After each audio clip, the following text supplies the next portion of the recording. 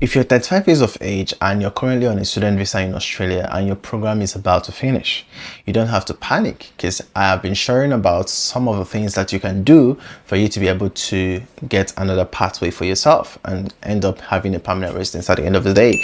So one of the things that you can do right now, I shared in the previous video, I shared 3 things that you can do. I said you can do what we call being able to get into ask for a visa extension and get into a master's by research program, and I said our master's by philosophy program, because when you get into these programs you are able to apply for a 482 visa, which is progressive visa, even if you're 35 or even 40. Now, another one I said is that I said you can even think about using what you have, which means if you have an occupation before now, maybe a bachelor's degree in a particular occupation that is in the occupation list, and you have experience, you can do a skill assessment and apply for a visa for 491 or 190 visa. And I said the third one is that you can actually ask your employer for a sponsorship visa and see if they can be able to sponsor you and all of that. Now, the last one I want to say here is that, let's say for instance, because of what I'm getting, the message I'm getting from, let's say you're studying a particular course or business course or something, especially business courses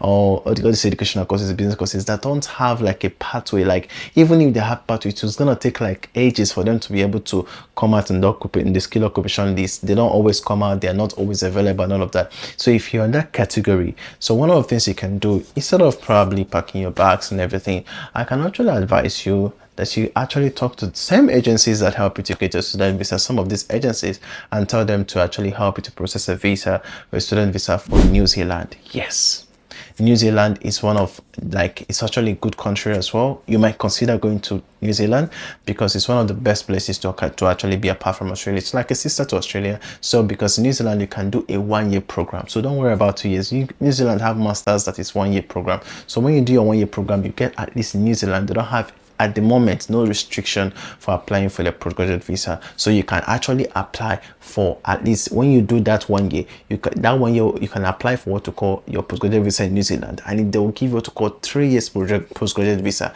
And this, in doing that 3 years, you can now be able to, even because they have business, their pathways is quite easier to get a permanent residence in New Zealand.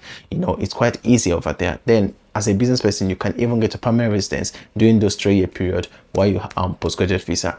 And I believe that this thing I've shared, if you take it important, or if you know somebody in this situation shape, please share it with them, because it will help them very, very well. Although don't talk, this is my way of helping you. I'm just thinking out of the box, and I understand how you feel. I see your DMs, I see these messages you send to me. I may not respond to them because I have a lot of messages, more than 600 sometimes in a week and all of that, but I read some of them and I'm just trying to respond to, you know, lots of your messages. Don't think I don't see them. I see them, but I can't respond to all of them at the same time.